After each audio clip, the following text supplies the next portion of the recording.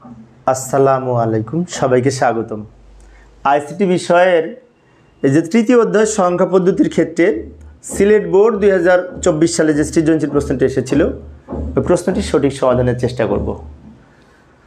তো সমাধানের জন্য তোমাদের সাথে আছি আমি মোহাম্মদ সিরাজুল ইসলাম। চলো শুরু করা যাক। প্রথমে প্রশ্নটা দেখে নিব, প্রশ্নে কি বলা আছে। এই যে প্রশ্নে উদ্দীপক, 2 লাইনের একটি উদ্দীপক। এখানে বলা আছে রাশেদ নির্বাচনী পরীক্ষায় বাংলা, ইংরেজি ও আইসিটি বিষয়ের তার প্রাপ্ত নম্বর ছিল যথাক্রমে বাংলায় ছিল 4E, যেটি হেক্সাডেসিমেল সংখ্যা দেওয়া আছে, ইংরেজির বাইনারি সংখ্যা দেওয়া আছে, আর আইসিটিটা 85, যেটি দশমিকে দেওয়া আছে। তাহলে একটি হেক্সাডেসিমেল, একটি বাইনারি, একটি ডেসিমেল, 3 ধরনের সংখ্যা এখানে দেওয়া আছে, তাই না? তো উদ্দীপকের আলোকে গ এবং ঘ নং প্রশ্নের উত্তর দিতে হয়। ক, খ এইগুলো কিন্তু উদ্দীপক ছাড়াই দেওয়া যায়। তো ক নম্বরে বলেছে ভিত্তি কী। তো ভিত্তি হচ্ছে কোনো সংখ্যা পদ্ধতিতে যতগুলো মৌলিক প্রতীক ব্যবহার করা হয়। এই যে আমি দ্রুত লিখে দিলাম সময় সেভ করার জন্য। ক নং প্রশ্নের উত্তর, কোনো সংখ্যা পদ্ধতির বেস বা ভিত্তি হচ্ছে ওই পদ্ধতিতে যতগুলো মৌলিক প্রতীক ব্যবহার করা হয় তার মোট সংখ্যা। যেমন আমি যদি এই অক্টাল সংখ্যার কথা বিবেচনা করি, অক্টাল সংখ্যার ভিত্তি 8। কারণ কি? কারণ অক্টাল সংখ্যা পদ্ধতিতে এই 8টি মৌলিক প্রতীক, 0 থেকে 7 পর্যন্ত, 1 2 3 4 5 6 7 8, 0 থেকে 7 পর্যন্ত 8টি মৌলিক প্রতীক। যেহেতু 8টি মৌলিক প্রতীক, তাই অক্টালের ভিত্তি 8। বাইনারির 2টি মৌলিক প্রতীক 0 এবং 1, তাই বাইনারির ভিত্তি 2। হেক্সাডেসিমেলের 16টি মৌলিক প্রতীক, তাই হেক্সাডেসিমেলের ভিত্তি 16। দশমিক সংখ্যার 10টি মৌলিক প্রতীক, তাই দশমিক সংখ্যার ভিত্তি 10। সেজন্য বলা হয়েছে মোট যতগুলো সংখ্যা প্রতীক ব্যবহার করা হয় তার সমষ্টি বা মোট সমষ্টি হচ্ছে ওই সংখ্যা পদ্ধতির ভিত্তি। এবার আমরা উদ্দীপকে যাব। খ নং প্রশ্ন কি বলেছিল দেখতে। খ নামে বলেছিল বিশ্বের সকল ভাষাকে কোডভুক্ত করা সম্ভব হয়েছে, ব্যাখ্যা করো। তো বিশ্বের সকল ভাষাকে কোডভুক্ত করা সম্ভব হয়েছে ইউনিকোডের মাধ্যমে। তাই ইউনিকোডের ব্যাখ্যা এখানে লিখব। ইউনিকোড, এই যে এইভাবে উত্তরটা লিখতে পারি। খ, ইউনিকোড বিশ্বের সকল ভাষাকে কোডভুক্ত করেছে, ব্যাখ্যা নিম্নে দেওয়া হলো। আমি সময় সেভ করার জন্য কিছু লেখা একটু দ্রুত লিখে দেখাচ্ছি, সময় সেভ করার জন্য। কারণ আমি সবগুলো প্রশ্ন আলোচনা করব এখানে ক, খ, গ, ঘ, তাই বেশ সময় লাগবে। তাই দ্রুত না লিখলে সময় পাবো না। এখন ইউনিকোড কাকে বলে সেটাকে লিখতে পারি। বিশ্বের ছোট বড় সকল ভাষাকে কম্পিউটারে ব্যবহারের জন্য যে কোড ব্যবহার করা হয় তাকে ইউনিকোড বলে। ইউনিকোডের পূর্ণরূপ হচ্ছে ইউনিভার্সাল কোড। তাহলে বিশ্বের সব ভাষাকে একত্রে লেখার জন্য যে কোড ব্যবহার করা হয় সেটি হচ্ছে ইউনিকোড। তো এই ইউনিকোড সাধারণত 16 বিটের কোড। 2 বাইট মানে 16 বিট, 1 বাইটে 8 বিট, সেজন্য 2 বাইটে 16 বিটের কোড। যেহেতু 16 বিট ইউনিকোড, সেজন্য 2 টু দি পাওয়ার 16 সমান 65,536টি প্রতীক ব্যবহার করা যায়। তো 65,536টি মানে কি? এর মধ্যে বাংলা ভাষা, চায়না ভাষা, ফ্রান্স ভাষা, অ্যারাবিক ভাষা, ইংরেজি, হিন্দি সব ভাষা এর মধ্যে অন্তর্ভুক্ত করা হয়েছে। তা আর একটু ব্যাখ্যা দিচ্ছি, যেহেতু 2 মার্কসের প্রশ্ন, তো আর একটু ব্যাখ্যা দিতে পারি এইভাবে। চীন, জাপান, কোরিয়ার মতো বাংলাদেশও বর্তমানে ইউনিকোডের অন্তর্ভুক্ত হয়েছে। বর্তমানে বাংলাদেশও ইউনিকোডের অন্তর্ভুক্ত হয়েছে এবং ইউনিকোডের মাধ্যমে এই বর্তমানে এই আধুনিক অপারেটিং সিস্টেমে প্রোগ্রামিং ল্যাঙ্গুয়েজের ক্ষেত্রেও বাংলা লেখা যায়। যেমন আমরা ওয়েবসাইট তৈরির জন্য বাংলা লিখতে পারি। তারপর আমরা যে যখন ফেসবুক বা কোনো ওয়েবসাইটে যখন মোবাইলের মাধ্যমে লিখি, সেটি ইউনিকোডে লিখে থাকি। এই যে ইমেল, ওয়েবসাইটে আমরা ইউনিকোডের ব্যবহার করে থাকি। তাই বলা যায় যে ইউনিকোড সকল ভাষাভাষী মানুষের জন্য আশীর্বাদ স্বরূপ, কারণ বিশ্বের সকল ভাষাকে ইউনিকোডের মাধ্যমে প্রকাশ করা হয়েছে। এইভাবে খ নাম্বারের উত্তর লিখতে পারি। আবার আমরা যাব গ নাম্বারের জন্য। তো এবার গ নাম্বারের জন্য আবার আমরা উদ্দীপকে যাব। এবার কিন্তু উদ্দীপক পড়া লাগবে, কারণ গ নাম্বার আর ঘ নাম্বারের উদ্দীপক, এই প্রশ্নের উত্তর অবশ্যই উদ্দীপক পড়ে দেওয়া লাগবে। গতে বলেছে রাশেদের বাংলা ও ইংরেজির প্রাপ্ত নম্বরকে অক্টালে প্রকাশ করো। রাশেদ বাংলায় বিষয়ে পেয়েছিল 4E, যেটি হেক্সাডেসিমেল, ইংরেজিতে পেয়েছে এই বাইনারি সংখ্যা দেওয়া আছে, 2 ভিত্তিক বাইনারি সংখ্যা। তাহলে আমরা এখন কি করব? এই হেক্সাডেসিমেল থেকে অক্টালে রূপান্তর করব এবং বাইনারি থেকে অক্টালে রূপান্তর করব।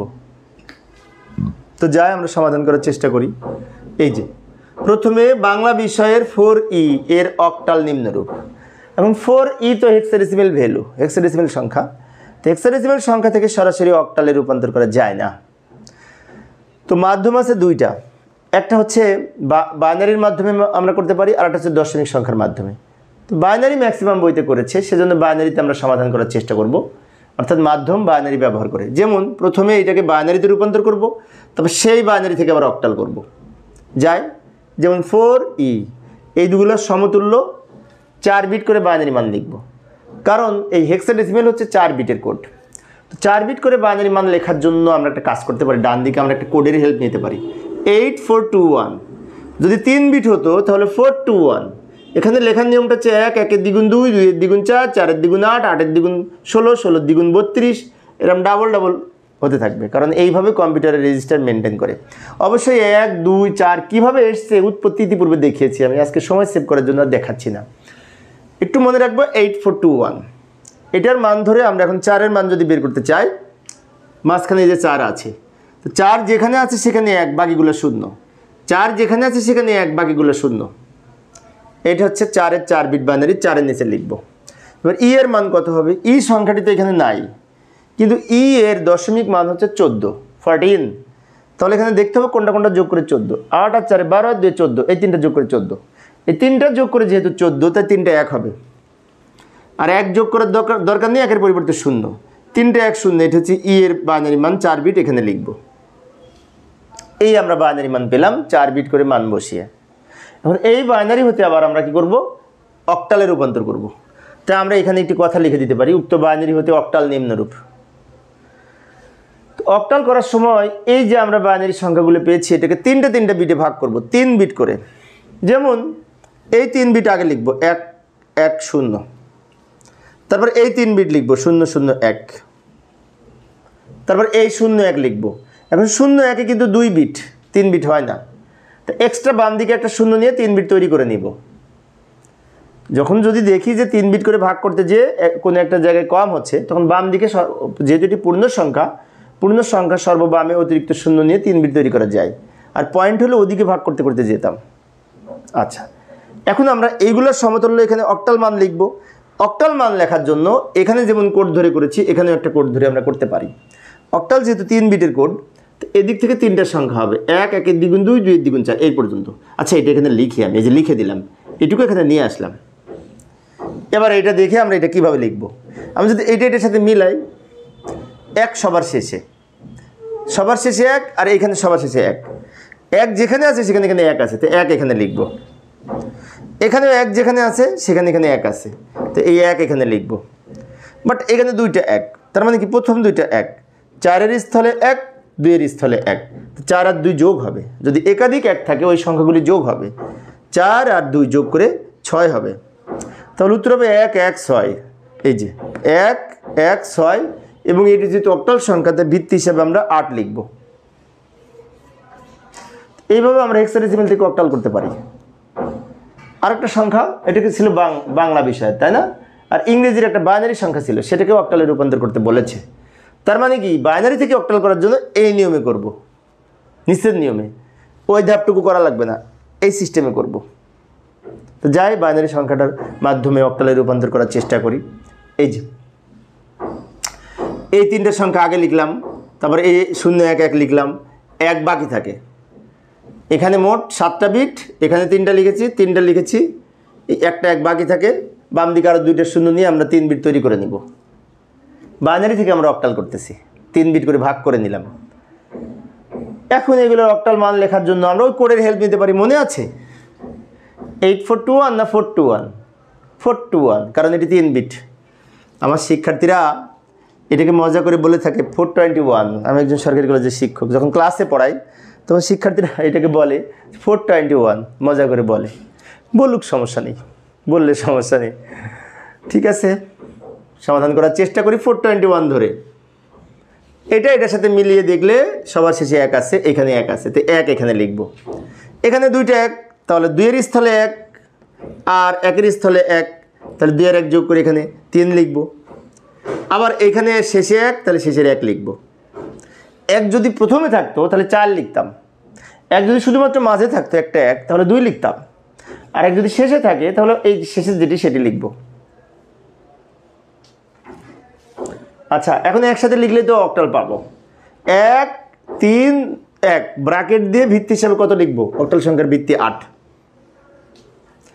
এটা হচ্ছে ইংরেজির এই বাইনারি সমতুল্য অক্টাল সংখ্যা। এইভাবে আমরা গ নাম্বার উত্তর দিতে পারি, তাই না? তো এই গ নাম্বার শেষে আবার আমরা উদ্দীপকে ফিরে যাব। উদ্দীপকের ঘতে কি বলেছিল লক্ষ্য করি। ঘতে বলেছে রাশেদের ইংরেজি ও আইসিটি বিষয়ে প্রাপ্ত নম্বরের পার্থক্য যোগের মাধ্যমে নির্ণয় করা যায় কি, ব্যাখ্যা করো। যোগের মাধ্যমে পার্থক্য, এটা কিন্তু প্রায় বোর্ডে এসেছে। তার প্রশ্নটি খুব গুরুত্বপূর্ণ, একটু ভালো করে লক্ষ্য করি। মানে করব যোগ, হবে বিয়োগ, এটাকে বলা হয় যোগের মাধ্যমে পার্থক্য। যাই আমরা এই যে দুটা সংখ্যা ইংরেজি এবং আইসিটি, ইংরেজির হচ্ছে এই সংখ্যাটি বাইনারি আর আইসিটির দেওয়া আছে 85 দশমিকে, দুইটাকে আমরা কি করব? পার্থক্য নির্ণয় করব। তো আমরা একটা কাজ করতে পারি, সময় সেভ করার জন্য আমি একটু দ্রুত লিখে দিলাম। উত্তর ঘ, ইংরেজি বিষয়ে প্রাপ্ত নম্বর ছিল এইটা 10 11 2 0 1, যার দশমিক মান কিন্তু এই 89। আবার আইসিটি বিষয়ে প্রাপ্ত নম্বর সরাসরি দশমিকে দেওয়া ছিল 85, প্রশ্নেই দশমিকে দেওয়া আছে। এখন অনেক শিক্ষার্থীর মনে হতে পারে এইটাকে বাইনারিটাকে দশমিক করলাম কেন? কারণ আমরা যখন দুইটার পার্থক্য নির্ণয় করব তখন বড় সংখ্যা থেকে ছোটটা বিয়োগ হবে। তো এখানে প্রশ্নে দেওয়া আছে ইংরেজিতে দেওয়া আছে বাইনারিতে, আর আইসিটি বিষয়টা দেওয়া আছে ডেসিমেলে দশমিকে 85। তো তাহলে বাইনারি থেকে 85 তো বিয়োগ করা যাবে না, কারণ দুই রকম সংখ্যা, এবং দুইটার মধ্যে কোনটা ছোট সংখ্যা সেটাও আমরা বুঝতে পারবো না, তাই না?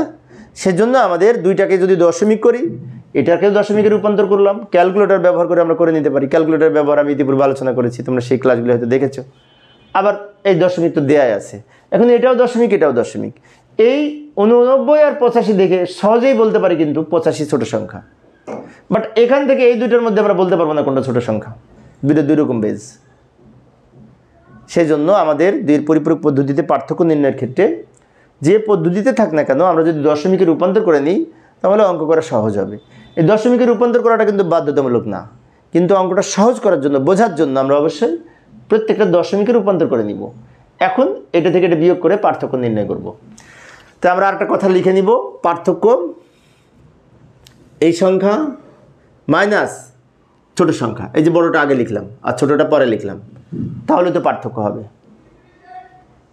আচ্ছা, এখন আর একটা বিষয়, এই পার্থক্য নির্ণয় করার সময় এটা থেকে যখন এটা বিয়োগ করব তখন অবশ্যই বাইনারির মাধ্যমে করতে হবে। আর বাইনারি সংখ্যার ক্ষেত্রে আমরা যোগের মাধ্যমে যখন পার্থক্য নির্ণয় করব তখন যে সংখ্যাটি নেগেটিভ হবে এটা থেকে এটা মাইনাস করলে এটা ছোট হবে না, এবং এটা নেগেটিভ সংখ্যা। তো এইটা নেগেটিভ বা ঋণাত্মক সংখ্যা, ঋণাত্মক সংখ্যার বাইনারি মান বের করার জন্য 2 এর পরিপূরক করা লাগে। সেজন্য আমি এখানে লিখে দিলাম দ্বিতীয় সংখ্যাটি মানে কি, যে 85, দ্বিতীয় সংখ্যাটি ঋণাত্মক হওয়ায় 2 এর পরিপূরক নির্ণয় করতে হবে। তো 2 এর পরিপূরক নির্ণয় করার জন্য আমরা আরেকটা কাজ করতে হবে, সেটি হচ্ছে এই দুইটা সংখ্যাকেই বাইনারিতে রূপান্তর করব। এখন এটার বাইনারি তো দেয়াই আছে প্রশ্নে, আর এটাকেও বাইনারিতে রূপান্তর করে নিব।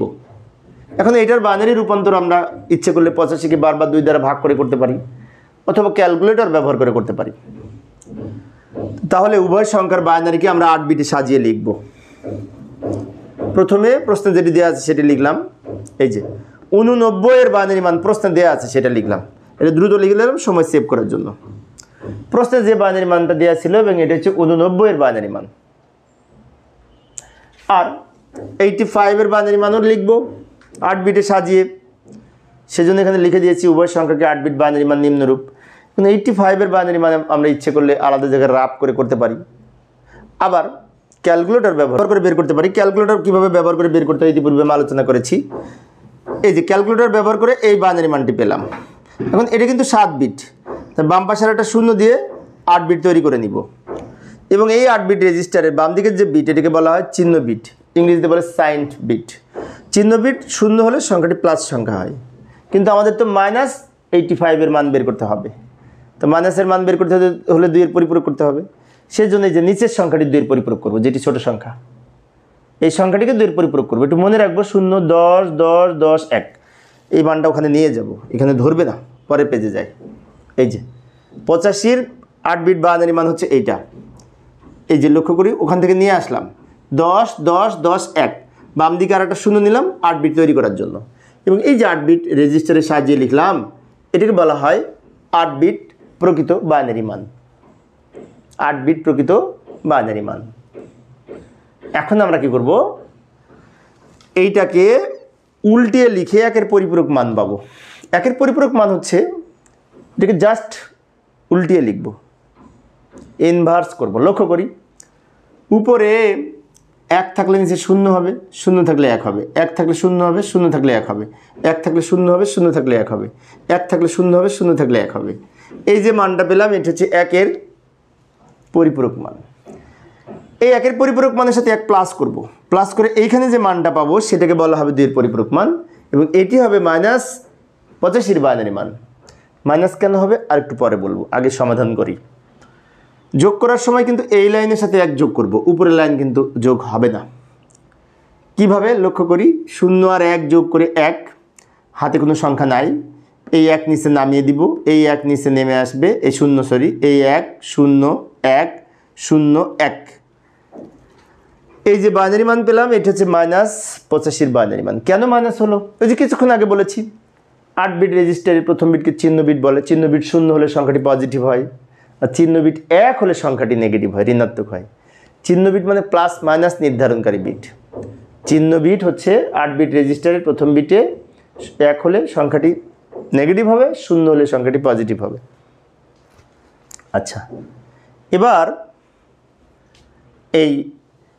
এই সংখ্যাটার সাথে ওই যে আরেকটা সংখ্যা ছিল না 89 89, এটা তো বড় সংখ্যা, তো বড় সংখ্যার বাইনারি মানের সাথে এটা এখন যোগ করব, তাহলে যোগের মাধ্যমে পার্থক্য হবে। বড় সংখ্যাটিকে আর 2 এর পরিপূরক করা লাগবে না, 2 এর পরিপূরক করতে হয় ছোট সংখ্যাটি, কারণ আমরা যখন যোগের মাধ্যমে পার্থক্য নির্ণয় করি তখন ছোট সংখ্যাটি মাইনাস হয়, আর -85 এর মান বের করার জন্য 2 এর পরিপূরক মান নির্ণয় করলাম। যাই বাকি অংশটুকু সমাধানের চেষ্টা করি, একটু বাকি আছে। এই যে সুতরাং যোগের মাধ্যমে পার্থক্য নিম্নরূপ। 89 এর বাইনারি মান কত হবে, আমরা যে কিছুক্ষণ আগে বের করেছিলাম ক্যালকুলেটর দিয়ে, ওটা লিখব। ক্যালকুলেটর দিয়ে কীভাবে বের করতে হয়, আমার এই চ্যানেলের কিন্তু প্লেলিস্ট আছে আলাদা, ক্যালকুলেটর ব্যবহার করে গাণিতিক সমস্যার সমাধান, তোমরা সেটা দেখে নিতে পারো। সব নিয়মের অঙ্ক ক্যালকুলেটরে ব্যবহার করে বের করার নিয়ম দেওয়া আছে। এবার এখানে 7 বিট, বাম পাশে একটা 0 দিয়ে 8 বিট তৈরি করে নিলাম 89 এর বাইনারি মানকে। এর নিচে -85 লিখব। তো -85 এর বাইনারি মান কিন্তু আমরা কিছুক্ষণ আগে 2 এর পরিপূরক করে পেয়েছি, মনে আছে? কিছুক্ষণ আগে পেয়েছি, ওই মানটা ওখান থেকে নিয়ে আসবো, ওখান থেকে নিয়ে এসে জাস্ট এখানে লিখে দিব। কিছুক্ষণ আগে বের করেছি, তা দ্রুত লিখে দিলাম সময় সেভ করার জন্য। এবার যোগ করব, এদিকে করব যোগ, আর এদিকে হবে পার্থক্য, সেই জন্য বলা হয় যোগের মাধ্যমে পার্থক্য। এই দুইটার পার্থক্য লিখবে এখানে, আর এদিক কিন্তু যোগ করব। ভালো করে লক্ষ্য করি, বাইনারি যোগ, এবং বাইনারি যোগ করার সময় 1 আর 1 যোগ করলে বাইনারিতে কত হয়? 10 হয়। এখন অনেক শিক্ষার্থীর মনে হতে পারে কেন 1 আর 1 যোগ করে 10, তাই না? 1 আর 1 যোগ করে তো 2 দশমিক সংখ্যায়, 2 এর বাইনারি 10, এটা তো আমরা জানি। সেজন্য আমরা সহজে বোঝার জন্য বলে থাকি 1 আর 1 যোগ করে 10, এটা বলা সহজ, লেখা সহজ, সেই জন্য। 1 আর 1 যোগ করে 10, 10 এর 0 হাতে থাকে 1, হাতের 1 আর 1 যোগ করে আবার 10, 10 এর 0 হাতে থাকে 1, হাতের 1 এর 0 সাথে যোগ করে 1, এবার হাতে কোনো সংখ্যা নাই, 1 আর 1 যোগ করে 10, 10 এর 0 হাতে থাকে 1, হাতের 1 আর 1 যোগ করে আবার 10, 10 এর 0 হাতে থাকে 1, হাতের 1 আর 1 যোগ করে 10, 10 এর 0 হাতে থাকে 1, হাতের 1 আর 1 যোগ করে 10, 10 এর 0 হাতে থাকে 1, হাতের 1 আর 1 যোগ করে 10 এর 0 হাতে থাকে 1, সেই 1 বাম দিকে লিখে দিব। এই আমাদের যোগফল হলো, করলাম যোগ, হলো এদিকে পার্থক্য, এবং এইটার মান আর এটার মান মিলে যাবে। অনেক শিক্ষার্থীর মনে হতে পারে 4 এর বাইনারি মান তো এত বড় না, তো কেমনে মিললো? মিললো না তো? হ্যাঁ মিলবে। একটু এখানে আরেকটু বিষয় আছে, সেটি হচ্ছে 8 বিট বাইনারি মানে যোগ করার পরে ফাইনালি আমরা যোগফল কিন্তু 9 বিট পেয়েছি। একটু কাউন্ট করি, 1 2 3 4 5 6 7 8 9। তাহলে 8 বিট রেজিস্টারের সমাধান করে যদি 9 বিট পাই, এই পর্যন্ত 8 বিট, এই হলুদ কালার দেওয়া আছে, এটি বর্ডার সীমান্ত, এটাকে চিহ্ন বিট বলে। চিহ্ন বিটের বাম দিকে, যেখানে চিহ্ন বিট এর বাম দিকে, এটা 8 বিটের বাইরে কিন্তু এই 1, তাই এই 8 বিটের বাইরে এটিকে ওভারফ্লো বলা হয়। আবার কেউ এটিকে বলে ক্যারি বিট। আবার কেউ বলে দেখি এন্ড ক্যারি, আবার কেউ বলে এটিকে হাতে থাকা সংখ্যা। যাই বলি না বা হাতে থাকা বিট, যাই বলি না কেন এটা বাদ দিয়ে লিখব। আমি লিখলাম ওভারফ্লো বিবেচনা করা হয় না। তোমরা যদি লিখতে চাও ক্যারি বিট বিবেচনা করা হয় না, তাও লিখতে পারবে, সমস্যা নেই। এখন এটা যদি বিবেচনা না করি এখান থেকে উত্তর হবে। এখান থেকে যে উত্তর হয় যে বাম দিকে শূন্যের কোনো দাম আছে, কোনো দাম নেই, তো এইটুকু হচ্ছে উত্তর 100। এবং এই 100 4-এর বাইনারি কিন্তু, এটা আমরা জানি। তো উত্তর হবে এইটা। সুতরাং আমাদের যেহেতু বলেছিল পার্থক্য নির্ণয় করা যায় কি বিশ্লেষণ করো, সেজন্য বিশ্লেষণ করার পরে আরেকটু লিখে দিব। কি লিখে দিব? সুতরাং পার্থক্য 4। এখন এই 4 সংখ্যাটি প্লাস সংখ্যা না মাইনাস সংখ্যা, সেটুকুর ব্যাখ্যাও দিব। এক্ষেত্রে সংখ্যাটির চিহ্ন বিট 0। চিহ্ন বিট 0 মানে কি এই যে চিহ্ন বিট হলুদ কালারটা, চিহ্ন বিট যেহেতু 0, তাই 4 সংখ্যাটি ধনাত্মক সংখ্যা। এখন অনেকের মনে হতে পারে চিহ্ন বিট কি 1 হয়? হ্যাঁ 1 হয়। যদি বলে এত থেকে এত মাইনাস করো, তখন মাইনাস সংখ্যাটা যদি বড় হয়ে যায় তখন কিন্তু চিহ্ন বিট 1 হতে পারে। যেমন কোন বোর্ডের জন্য একবার এসেছিল দেখলাম। আর যদি বলে ছোট পার্থক্য নির্ণয় করো, তো পার্থক্য নির্ণয় করার ক্ষেত্রে চিহ্ন বিট 1 হওয়ার কোনো সুযোগ নাই, 0ই হবে। কারণ পার্থক্য নির্ণয় করতে বললে তো বড় থেকে ছোটটা বিয়োগ করবো অলওয়েজ, তাই না? কিন্তু যদি বলে এই 90 থেকে 100 বিয়োগ করো, তখন লিখবো কি 90 মাইনাস 100 100, তখন তো 100 তো মাইনাস হয়ে যাচ্ছে, তখন কিন্তু চিহ্ন বিট 1 হবে, সাইন বিট কিন্তু 1 হবে। তোমরা খেয়াল করবে। তো প্রিয় শিক্ষার্থী বন্ধুরা, এই ছিল আমার আজকের আলোচনার বিষয়। পরিশেষে সবাই ভালো থাকবে এবং সুস্থ থাকবে এই কামনায় খোদা হাফেজ।